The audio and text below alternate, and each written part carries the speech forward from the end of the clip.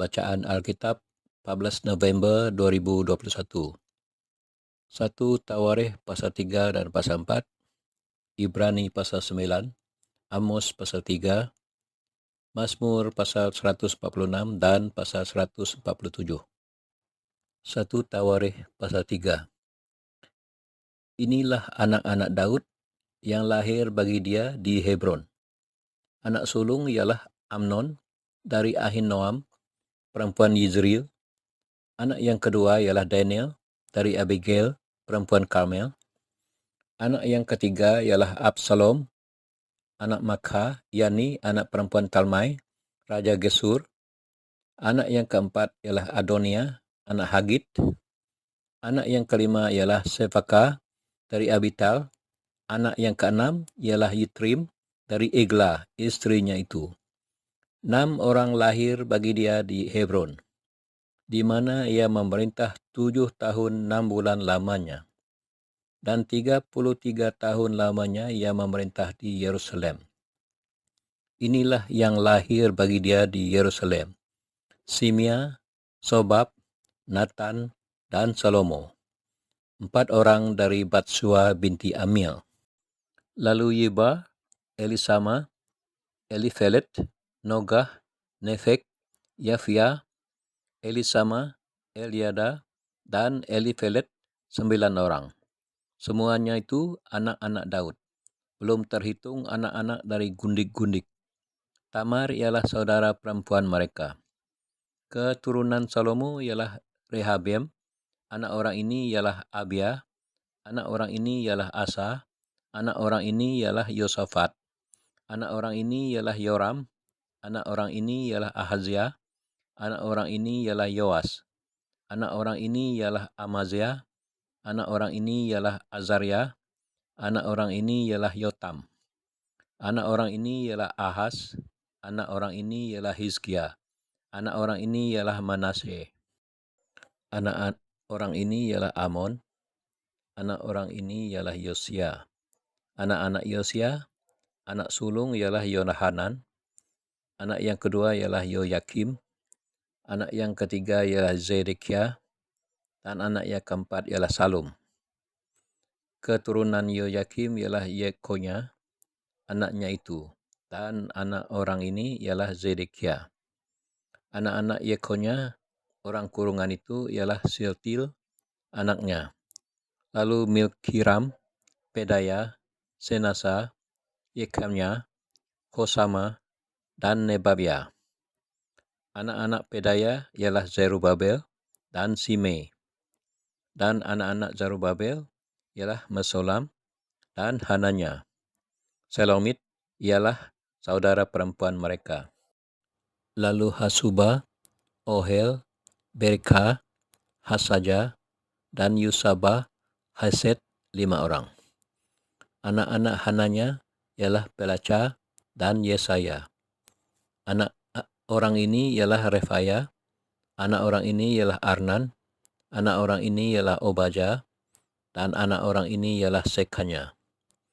Anak-anak Sekanya ialah Semaya. Dan anak-anak Semaya ialah Hatus, Yigal, Baryah, Nerya, dan Safat, 6 orang. Anak-anak Nerya ialah Elionai, Hizkia, dan Ariyekam, 3 orang. Anak-anak Elionai ialah Hudawa, Eliasib, Pelaya, Akub, Yohanan, Delaya, dan Anani, 7 orang. 1 Tawarikh pasal 4.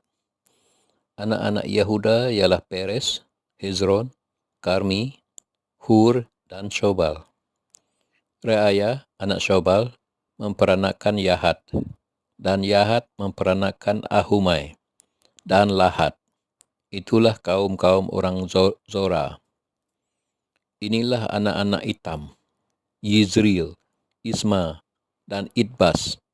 Nama saudara perempuan mereka ialah Hazelel Poni. Lalu Pnuel, bapa Gedor, dan Izar, bapa Husa. Itulah keturunan Hur, anak sulung Efrata, bapa Bethlehem. Asyur, bapa Tekwa, mempunyai dua istri, yakni Hela dan Nara. Nara melahirkan baginya Ahuzam, Hefer, Temeni, dan orang Ahastari. Itulah anak-anak Nara. Anak-anak Hela ialah Zered, Yezohar, dan Etnan. Kos memperanakan Anub, Hezobeba, dan kaum-kaum Azhazel bin Harum. Yabes lebih dimuliakan daripada saudara-saudaranya. Nama Yabes itu diberi ibunya kepadanya sebab katanya, aku telah melahirkan dia dengan kesakitan. Yabes berseru kepada Yahweh Israel, katanya, kiranya engkau memberkati aku berlimpah-limpah dan memperluas daerahku, dan kiranya tanganmu menyertai aku dan melindungi aku daripada malapetaka, sehingga kesakitan tidak menimpa aku. Dan Yahweh mengabulkan permintaannya itu. Kelub, saudara Suha, memperanakan Mehir. Dialah ayah Istun. Dan Istun memperanakan Bet-Rafa, Pasyah, dan Tehina, bapa Ir Nahas. Itulah orang-orang Reka. Anak-anak Kenas ialah Otniel dan Seraya. Dan anak-anak Otniel ialah Hatat dan Meonotai. Dan Meonotai memperanakan Ofra.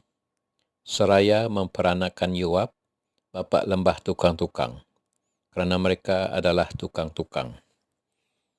Anak-anak Kaleb bin Yefuni ialah Iru, Ela, dan Naam. Dan keturunan Ela ialah Kenas. Anak-anak Yehalelil ialah Zif, Zifa, Teria, dan Asaril. Anak-anak Ezra ialah Yetar, Meret, Efer, dan Yalon. Itulah anak-anak Bika, putri Firaun yang telah dikawini Meret. Perempuan ini melahirkan Miriam, Samai, dan Yesbah, bapa Estimua. Istri Meret, perempuan Yehuda itu melahirkan Zeret, bapa Gedor, dan Heber, bapa Soko, dan Yekutiel, bapa Zanua. Anak-anak istri Hodia, saudara perempuan Naham, ialah Abu Kahila, orang Garmi itu, dan Estimua, orang Maka itu. Anak-anak Simon ialah Amnon, Rina, Ben Hanan, dan Tilon. Anak-anak Yisei ialah Zohed dan Ben Yohed. Keturunan Sela, anak Yehuda, ialah Er, bapa Leka dan Lada, bapa Maresa, dan kaum-kaum para pengusaha kain lenan halus di Bet Asiba. Lalu Yakim dan orang-orang Kozeba, lagi Yoas dan Saraf yang menguasai Moab, dan kemudian pulang ke Bethlehem. Riwayat-riwayat ini tua. Mereka ini adalah tukang-tukang periuk yang diam di Netaim dan Gedera. Mereka diam di sana dan bekerja untuk raja. Anak-anak Simeon ialah Nemuel, Yamin, Yarib, Zerah, dan Saul.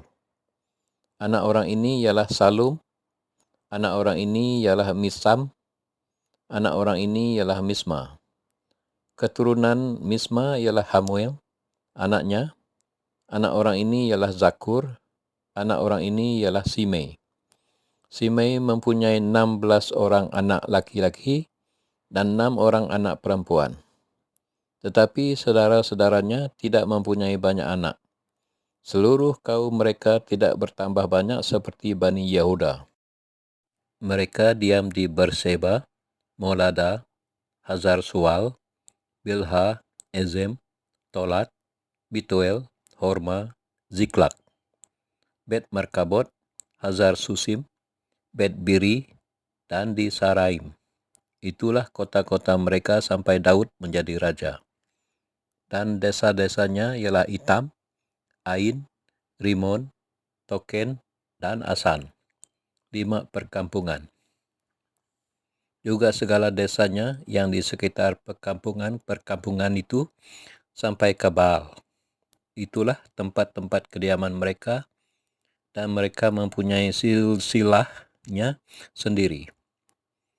Dan Mesobab, Yamlek, Yosa bin Amaziah, Yoel, Yehu bin Yosimyah bin Seraya bin Asil, Elionai, Yakoba, Yesohaya, Asaya, Adil, Yesimail, Benaya, Yiza bin Sifai bin Alon bin Yezadaya bin Simri bin Semaya. Orang-orang ini yang disebutkan dengan nama-namanya adalah pemimpin-pemimpin di antara kaum-kaum mereka. Keluarga-keluarga mereka makin bertambah banyak. Oleh sebab itu, mereka pindah ke arah Gedor sampai ke sebelah timur lembah untuk mencari padang rumput bagi kambing domba mereka. Mereka menemui padang rumput yang gemuk dan baik. Negeri itu luas, aman, dan sentosa. Orang-orang yang diam di sana sebelum mereka berasal dari Ham. Orang-orang yang namanya tertulis ini datang dalam zaman Hizkia, Raja Yehuda, dan memusnahkan kemah-kemah orang Ham dan orang Meyunim yang terdapat di sana dan menumpas mereka. Demikianlah sampai hari ini. Kemudian mereka menduduki tempat orang-orang itu, sebab di sana ada padang rumput bagi kambing domba mereka. Dan sebagian dari mereka, dari Bani Simeon, sebanyak 500 orang, pindah ke pergunungan Seir. Sebagai kepala mereka ialah Pelaca, Nirya, Refaya, dan Uzil, anak-anak Yisei. Mereka membinasakan sisa orang Amalek yang telah meluputkan diri. Lalu mereka diam di sana sampai hari ini. Ibrani pasal 9. Memang perjanjian yang pertama juga mempunyai peraturan-peraturan untuk ibadah dan untuk tempat kudus buatan tangan manusia. Sebab ada dipersiapkan suatu kemah, yaitu bagian yang paling depan, dan di situ terdapat kaki dian dan meja dengan roti sajian. Bagian ini disebut tempat yang kudus. Di belakang tirai yang kedua terdapat suatu kemah lagi yang disebut tempat yang maha kudus. Di situ terdapat mezbah pembakaran ungkupan dari emas dan tabut perjanjian yang seluruhnya disalut dengan emas. Di dalam tabut perjanjian itu tersimpan buli-buli emas berisi mana, tongkat Harun yang pernah bertunas, dan loh-loh batu yang bertuliskan perjanjian. Dan di atasnya kedua kerub kemuliaan yang menaungi tutup pendamaian. Tetapi hal ini tidak dapat kita bicarakan sekarang secara terperinci. Demikianlah caranya tempat yang kudus itu diatur. Maka imam-imam sentiasa masuk ke dalam kemah yang paling depan itu untuk melakukan ibadah mereka. Tetapi ke dalam kemah yang kedua hanya imam besar saja yang masuk sekali setahun. Dan harus dengan darah yang ia persembahkan kerana dirinya sendiri dan kerana pelanggaran-pelanggaran yang dibuat oleh umatnya dengan tidak sedar. Dengan ini Roh Kudus menyatakan bahwa jalan ke tempat yang kudus itu belum terbuka, selama kemah yang pertama itu masih ada. Adalah kiasan masa sekarang. Sesuai dengan itu, dipersembahkan korban dan persembahan yang tidak dapat menyempurnakan mereka yang mempersembahkannya menurut hati nurani mereka. Kerana semuanya itu di samping makanan, minuman dan pelbagai macam pembasuhan, hanyalah peraturan-peraturan untuk hidup insani yang hanya berlaku sampai tibanya waktu pembaharuan. Tetapi Kristus telah datang sebagai imam besar untuk hal-hal yang baik yang akan datang. Ia telah melintasi kemah yang lebih besar dan yang lebih sempurna, yang bukan dibuat oleh tangan manusia, artinya yang tidak termasuk ciptaan ini. Ia telah masuk satu kali untuk selama-lamanya ke dalam tempat yang kudus, bukan dengan membawa darah domba jantan dan darah anak lembu, tetapi dengan membawa darahnya sendiri. Dan dengan itu, ia telah mendapat kelepasan yang kekal.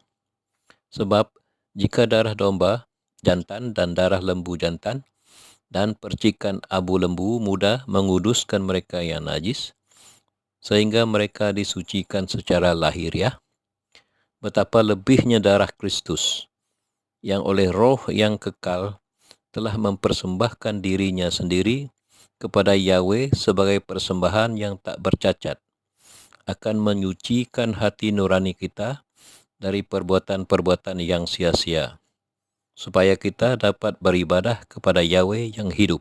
Karena itu, ia adalah pengantara dari suatu perjanjian yang baru, supaya mereka yang telah terpanggil dapat menerima bagian kekal yang dijanjikan. Sebab ia telah mati untuk menebus pelanggaran-pelanggaran yang telah dilakukan selama perjanjian yang pertama. Sebab di mana ada wasiat, di situ harus diberitahukan tentang kematian pembuat wasiat itu. Kerana suatu wasiat barulah sah, kalau pembuat wasiat itu telah mati. Sebab ia tidak berlaku selama pembuat wasiat itu masih hidup. Itulah sebabnya, maka perjanjian yang pertama tidak disahkan tanpa darah. Sebab sesudah Musa memberitahukan semua perintah hukum Taurat kepada seluruh umat, ia mengambil darah anak lembu dan darah domba jantan serta air dan bulu merah dan hisuk, lalu memerciki kitab itu sendiri dan seluruh umat, sambil berkata, inilah darah perjanjian yang ditetapkan Yahweh bagi kamu. Dan juga kemah dan semua alat untuk ibadah dipercikinya secara demikian dengan darah. Dan hampir segala sesuatu disucikan menurut hukum Taurat dengan darah. Dan tanpa penumpahan darah tidak ada pengampunan. Jadi segala sesuatu yang melambangkan apa yang ada di surga haruslah ditahirkan secara demikian. Tetapi benda-benda surgawi sendiri oleh persembahan-persembahan yang lebih baik daripada itu.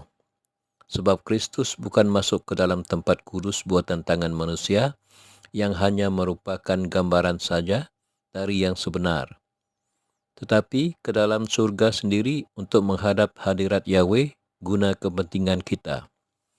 Dan ia bukan masuk untuk berulang-ulang mempersembahkan dirinya sendiri, sebagaimana imam besar setiap tahun masuk ke dalam tempat kudus dengan darah yang bukan darahnya sendiri. Sebab jika demikian, ia harus berulang-ulang menderita sejak dunia ini dijadikan. Tetapi sekarang ia hanya satu kali saja menyatakan dirinya pada zaman akhir untuk menghapuskan dosa oleh korbannya. Dan sama seperti manusia ditetapkan untuk mati hanya satu kali saja, dan sesudah itu dihakimi. Demikian pula Kristus hanya satu kali saja mengorbankan dirinya untuk menanggung dosa banyak orang. Sesudah itu, ia akan menyatakan dirinya sekali lagi tanpa menanggung dosa untuk menganugerahkan keselamatan kepada mereka yang menantikan dia. Amos pasal 3. Dengarlah firman ini yang diucapkan Tuhan tentang kamu, hai orang Israel, tentang segenap kaum yang telah kutuntun keluar dari tanah Mesir.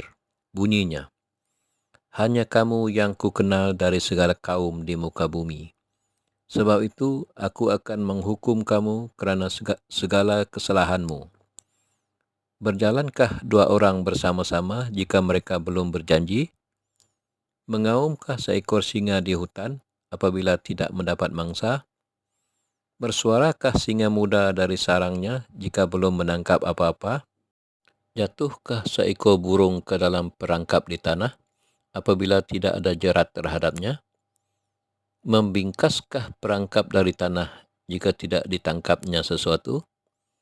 Adakah sangkakala ditiup di suatu kota dan orang-orang tidak gemetar?